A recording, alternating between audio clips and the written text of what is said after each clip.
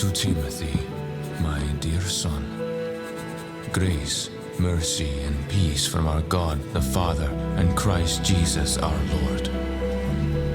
I am reminded of your sincere faith, which first lived in your grandmother Lois and in your mother Eunice, and I am persuaded now lives in you also. What you heard from me, keep as the pattern of sound teaching, with faith and love in Jesus Christ. For I am already being poured out like a drink offering, and the time for my departure is near. I have fought the good fight. I finished the race. I have kept the faith.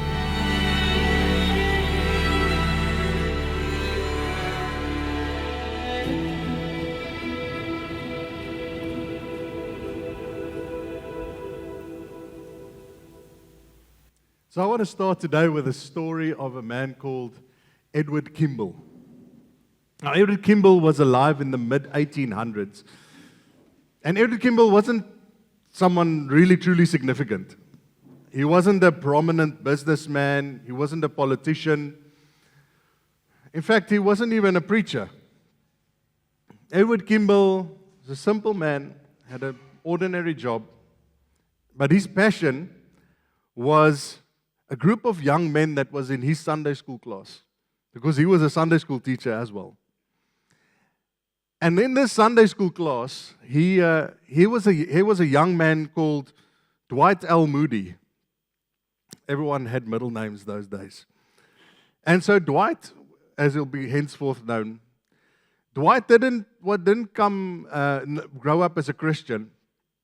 He had come because someone had invited him to Sunday school, and so they asked Dwight, at one occasion, they asked Dwight to read something from the Bible. They were doing a verse, and so they asked Dwight to open and read this verse. And to Dwight's dismay, he couldn't find the book. And so it was either Genesis or one of the easy books to find. And so, obviously, as young men do, they gave him a hard time about it, you know. But this thing stuck with Edward because he had this burden, because Dwight needed to know this Jesus that he knew. He knew that there was something about Dwight that he couldn't just let it go. And so in that week, Dwight was working at a bookstore. He was a sales clerk at a shoe store in Chicago. And Edward is wondering, okay, should I go and visit him at his work and have this conversation about Jesus, which is quite a daunting thing if you think about it. I mean, to just show up at someone's work and have a conversation. Who does that? You usually do that when something's really wrong.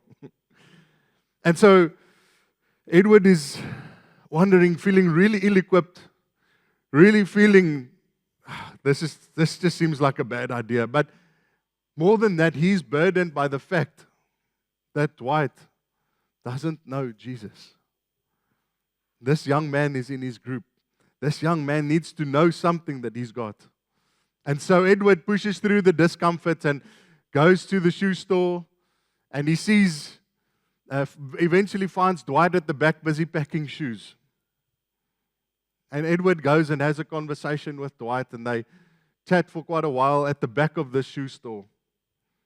And at the end of that conversation, an 18-year-old Dwight L. Moody gives his heart to Jesus. And his life was forever changed. Now, I'll continue with that story later, don't worry. But you just need to know that for now. And as I read this story, it got me thinking a bit about myself, my children. But it also got me thinking about this community that I'm a part of, this community called Waypoint, and how last year we celebrated our 10th birthday.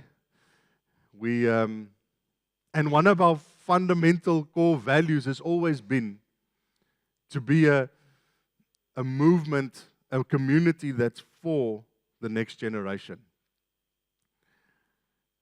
But you think, okay, well, isn't that most churches' values? And most churches would probably say, yes, surely that's what we want to do. But if you look at their actions, if you look at the way they go about it, usually the next generation is the last to get the resources, last to get the intentionality.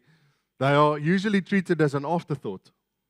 I mean, that was a lot of my experience growing up in church. Not that there wasn't something, but we definitely weren't the most important people in the community.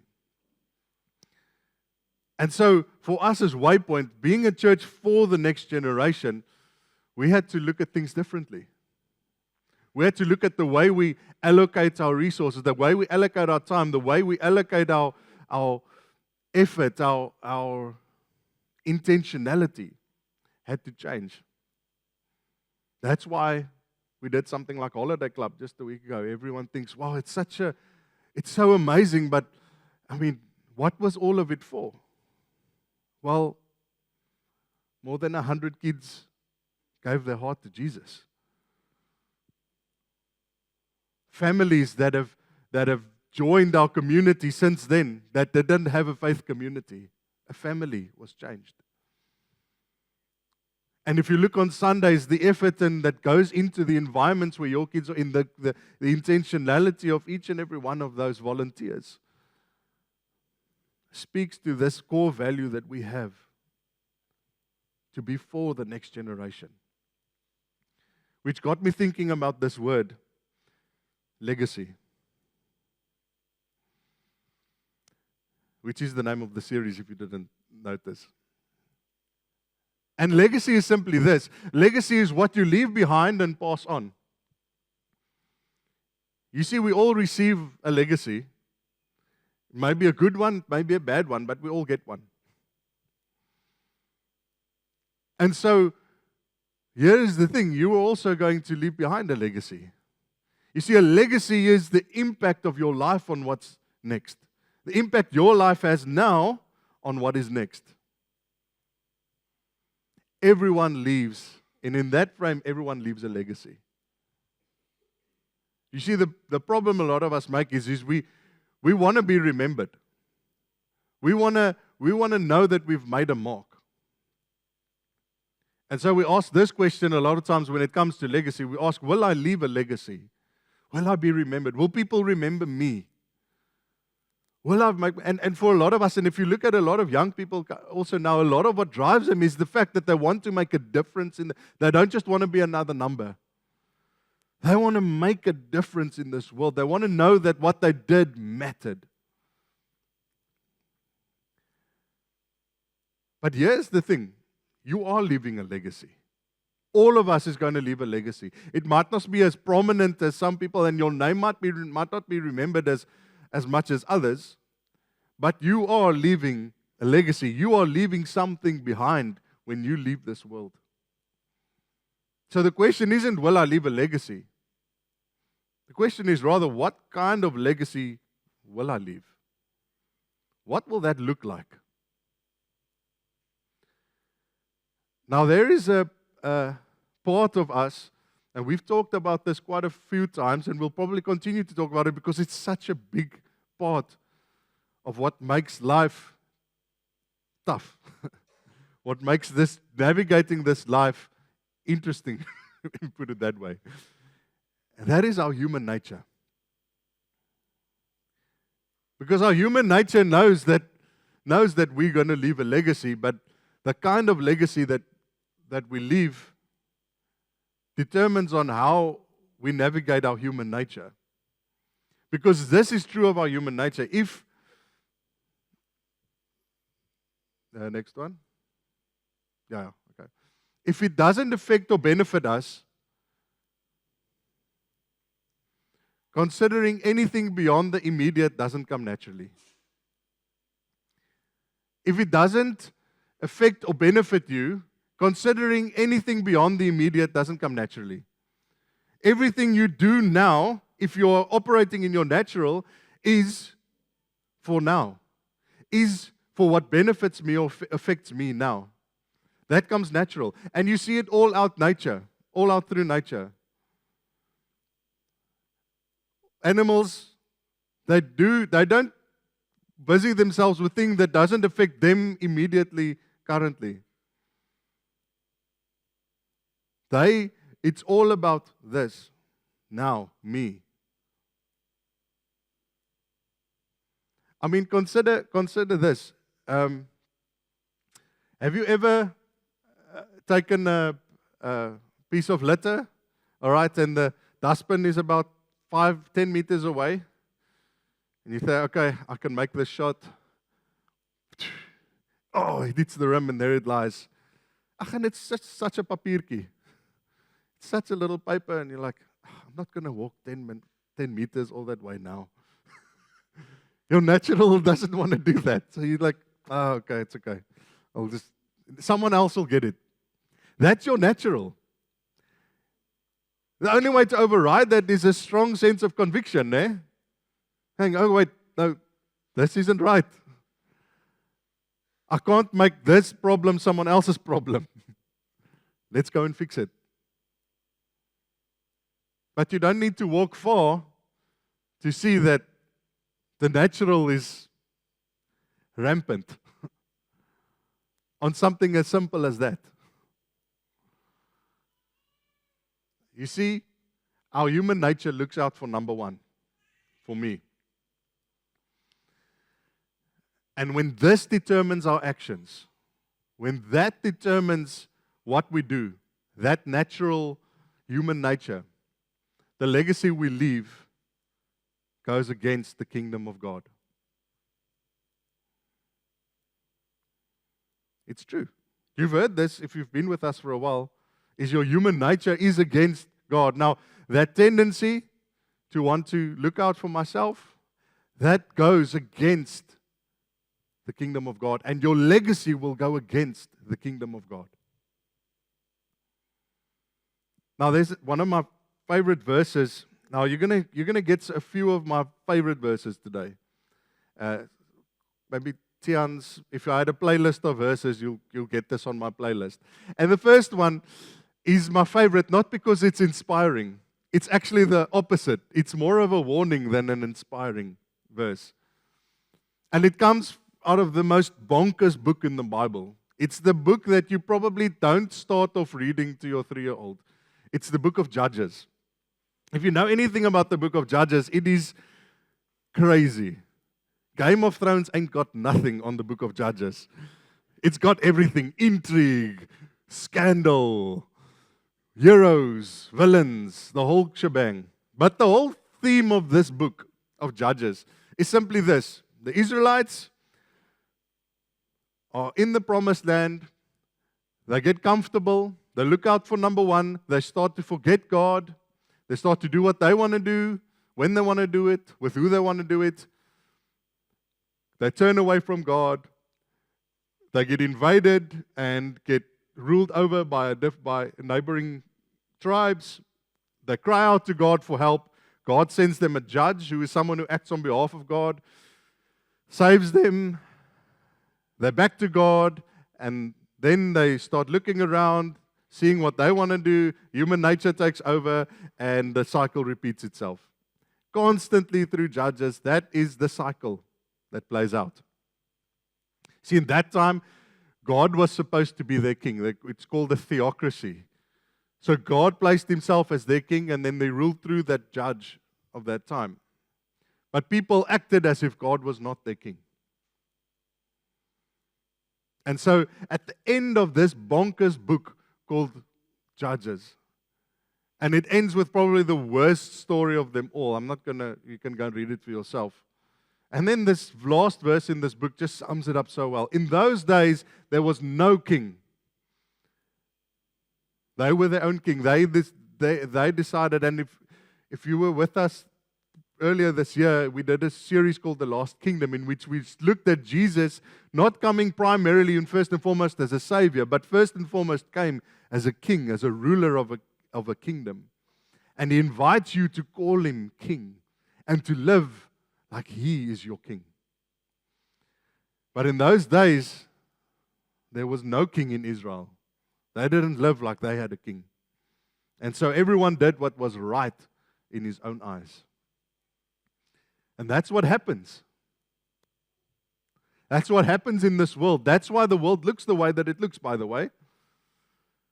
Because the legacy that was left behind was one of me, myself, and I. And you get this compilation, this compoundedness, is that the right word? Of selfishness that just layers itself every generation. And no wonder this world is as broken the way that it is. And this last 2 weeks, we looked at the good and the evil in this world. We looked at right versus wrong, and good versus evil, and how do you navigate that? And we look around and we say, okay, no wonder the world is broken.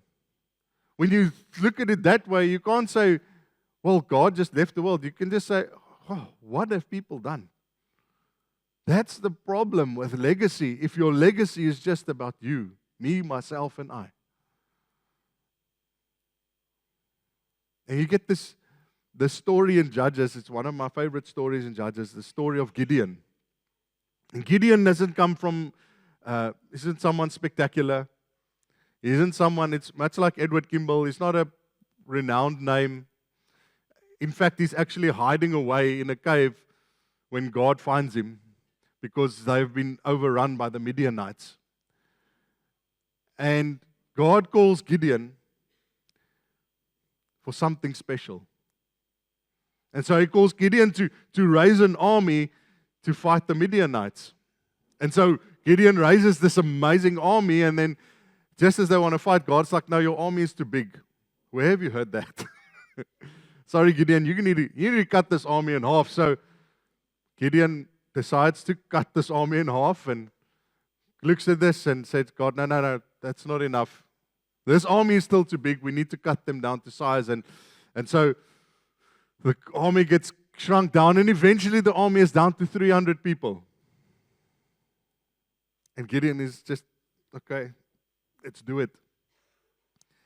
And then you would think, okay, now there's this epic battle that Gideon fights against the Midianites. God has called Gideon for this amazing legacy of Gideon. But if you go and read the story, Gideon didn't do much. In fact, when the moment came for Gideon to attack the Midianites,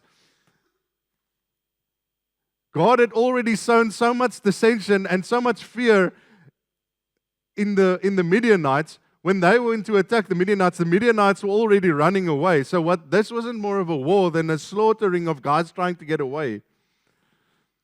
And so all that these 300 men were doing were just chasing guys and, hey, come here.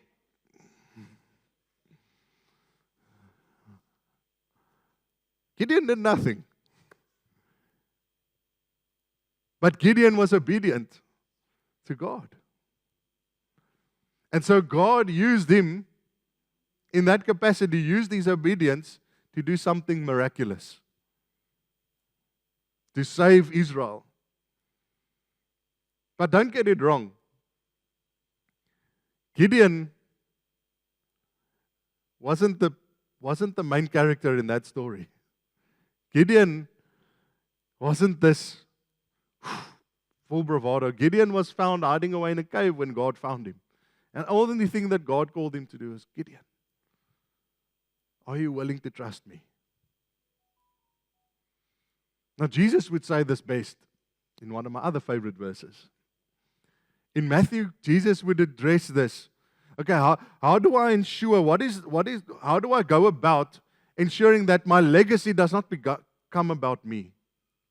In Matthew 6, verse 33, you might know this verse. He says, but seek first His kingdom and His righteousness, and all these things will be given to you.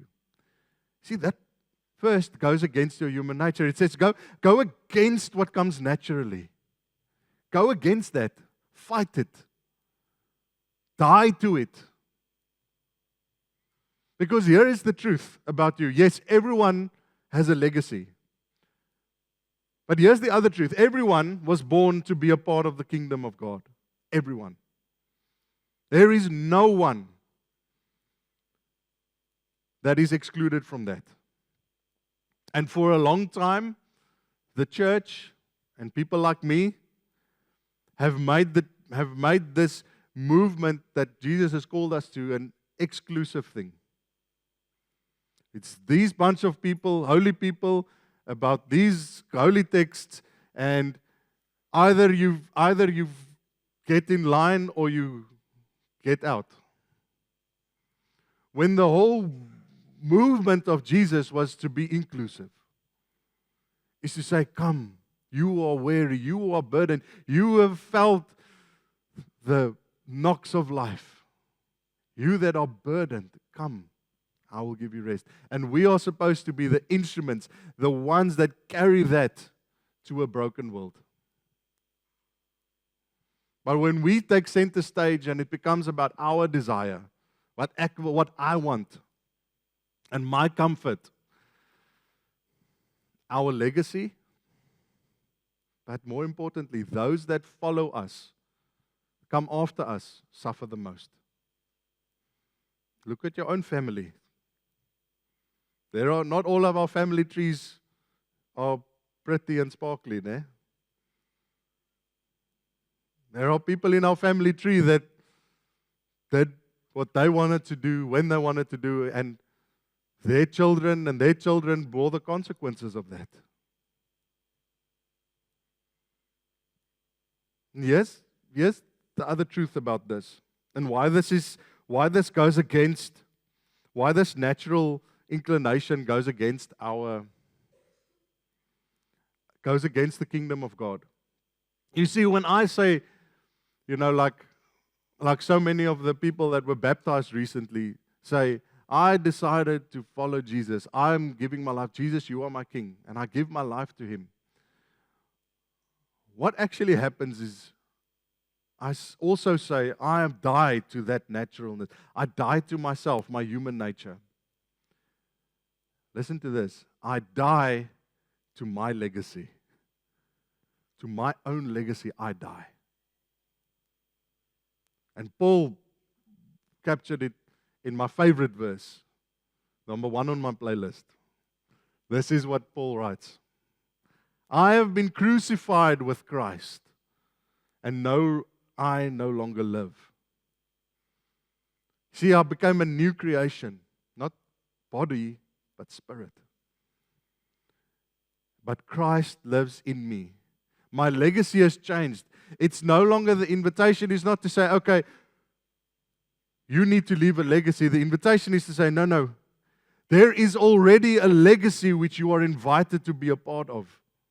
A legacy for you to leave that has transcended time, has transcended the ages, and continues to transcend this world that you now live in.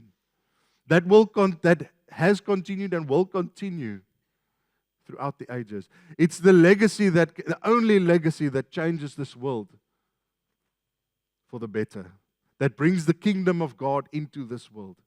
And it's not your legacy, it's Christ's legacy, Jesus. So the life I am now, the life I live in the body, I live by faith in the Son of God. Now my life is not about body, what I see in front of me. It's about the faith of what I can't see. The faith of what I want to see, what I believe God wants to see happen. That. And my faith is now applied towards that. So that is what that governs my decisions. Not now, not what I want, but that. The kingdom. Those who are to come. Paul understood the power of legacy better than most. I know what you guys are thinking. Tian, you guys, I saw the logo for the series, Legacy. And you said, a study in 2 Timothy. We haven't even touched on 2 Timothy. When are we getting to Timothy, Tian? Getting there. But I need to set you the scene. Why this book is so important. Why for the next 3 weeks we're going to go into this book. Because this is such an amazing, not a book, it's a letter. We just call it books of the Bible, but this is a letter. You see, Paul understood the power of legacy better than most. Because he understood this part of legacy, that is a critical part of the kingdom of God, and it is a critical part of what you will leave behind. I have a friend who always tells me, Tian, when I complain or when I'm talking of things, worldly things, he always tells me, Tian, life is relationship. See, Paul also knew this. The kingdom legacy is rooted in relationship. The kingdom legacy is rooted in relationship. Relationship with my Heavenly Father and relationship with the next generation. I have to be involved. I have to relationally connect with the next generation. I can't just say, the young people of today.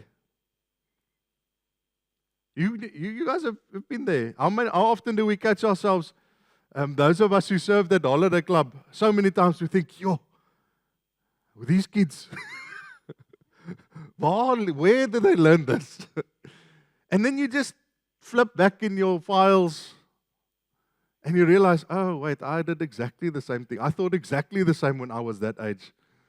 I was my Netsua. But we forget. The next generation don't need us to tell them how great things were. We need to tell them how great they are. How great this legacy is that they are called to. Give them purpose. And so it's with this that Paul writes a letter. He's not writing the Bible to Timothy. He doesn't know that what he's writing is the Bible.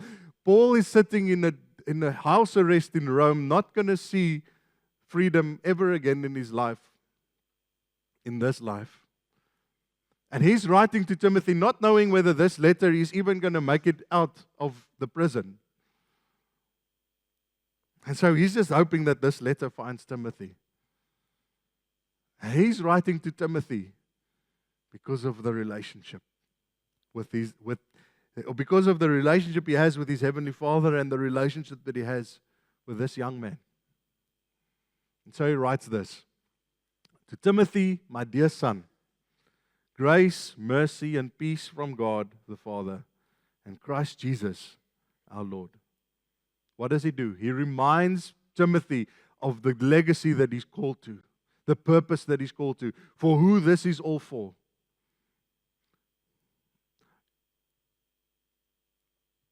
Let's continue. I thank God whom I serve as my ancestors did with a clear conscience. As night and day I constantly remember you in my prayers.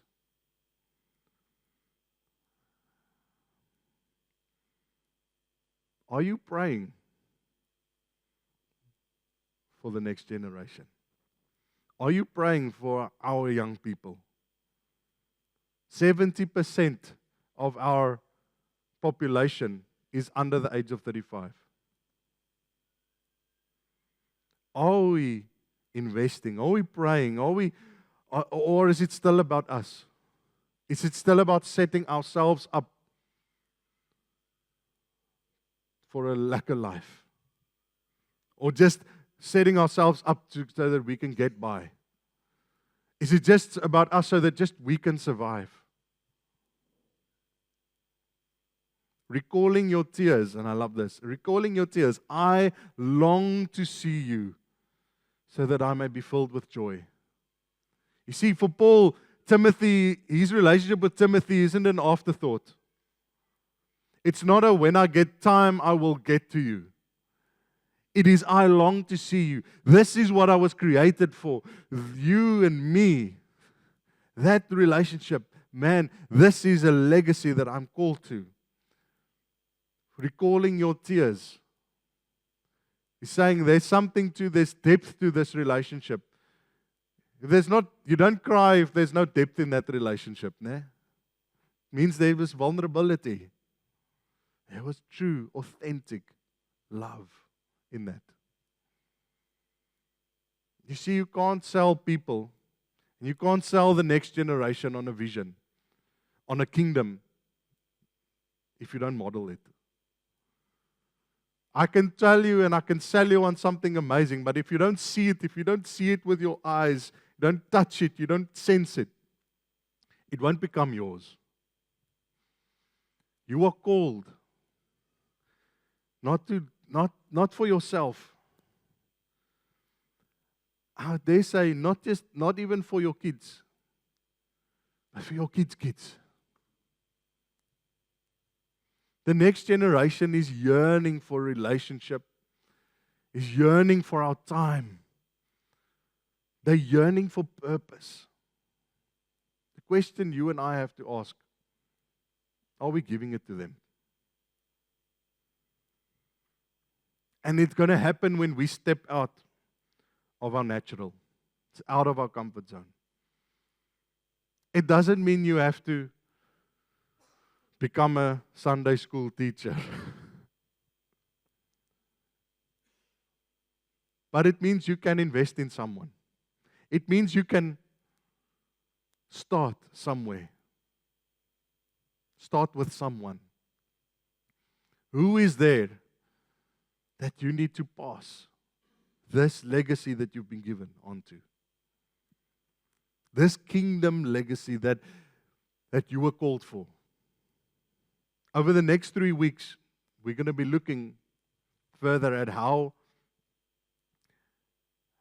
do we do this? How do we leave a legacy that transcends us? That's not about me, myself, and I. How do we leave a kingdom legacy? How do we leave the legacy that we've got in a better place? How do we leave a legacy better than the place that we got it? And if you think you're not equipped for it, if you think, oh, I'm not someone special, I want to take you back to our friend Edward Kimball. So Edward Kimball, in the back of that shoe store, brought Dwight L. Moody to faith in Jesus. Dwight L. Moody went on to become one of the most prominent evangelists of the 19th century. Both sides of the Atlantic he preached, and millions of people got to know Jesus because of him. But I can see you guys are still confused because you don't really know who Dwight L. Moody is. Don't worry. At one of those meetings, Dwight L. Moody had a significant impact on Frederick Brotherton Meyer. You guys remember Frederick Brotherton Meyer? Not? Oh, okay. Well, Frederick Brotherton Meyer became a Christian, and he became someone that walked the path with another young man, J. Wilbur Chapman. Come on, guys. Don't remember J. Wilbur? Oh, okay. Anyway, let me tell you about J. Wilbur Chapman. J. Wilbur Chapman became a prominent preacher because of his relationship with Frederick Brotherton Meyer. He shared this message of Jesus where he went.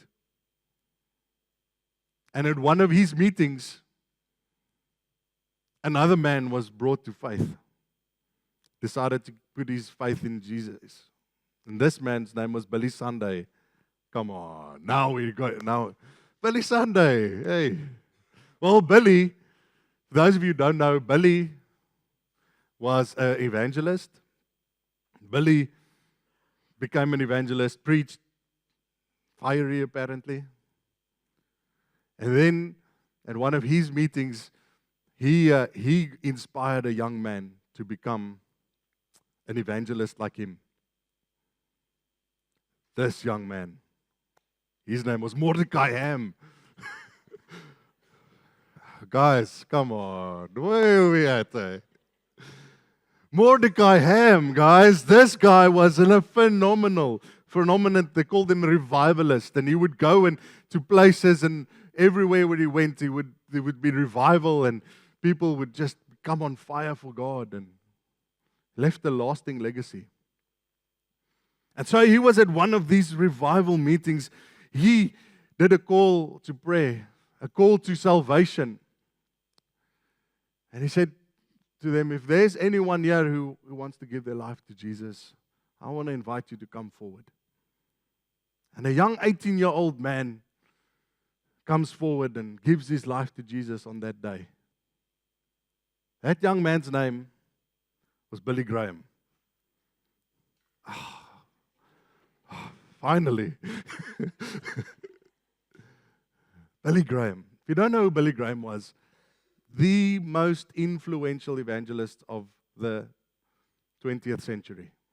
Millions upon millions of people came to know Jesus because of his ministry. Went all over the world in places that had never heard the gospel before.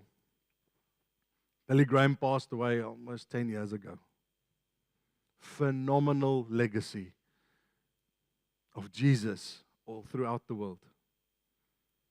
And it started with a humble Sunday school teacher who was not burdened by the issues of the world, didn't feel like he had to leave this amazing legacy behind. He was just burdened by one young man in his class that needed to know of a God that loved him so much. And he decided to step, however ill-equipped he felt, he needed to step outside of his comfort zone and meet him where he was at. And have a conversation.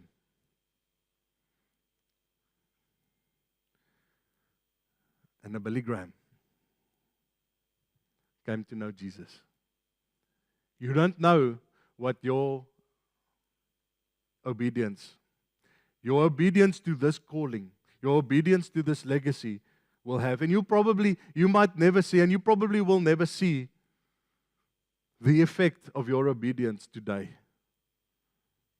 And that's okay, because it's not your legacy. It's the legacy of a king that has changed and continues to change this world. Don't miss next week. We're going to look at the legacy that you have inherited. But I want to pray for you and with you this morning that you will have the courage to say no to yourself. And that your eyes will start moving, not from a place of here and now, but that you'll start to see the perspective of God when it comes to the next generation. That you would start to see that what you do now impacts those that are to come, those that follow you. And that your legacy that you leave here will be one of Christ. Our city, our community, our country needs it now more than ever. Let's pray. Heavenly Father, thank you. Thank you for giving us a legacy that transcends anything we could ever imagine. Thank you that you are the King of Kings and the Lord of Lords. And that you've called us towards something greater than ourselves. Thank you for this legacy that changed my life. And thank you that that legacy is not exclusive, but it is inclusive to everyone. Father, I pray that our generation will be the generation that leaves this legacy better than we found it. And that the next generation will see, feel, experience the love of Jesus like never before. Not because of what we say, but because of how we live. We honor you as the King of Kings, the Lord of Lords, the one whose legacy will remain forever.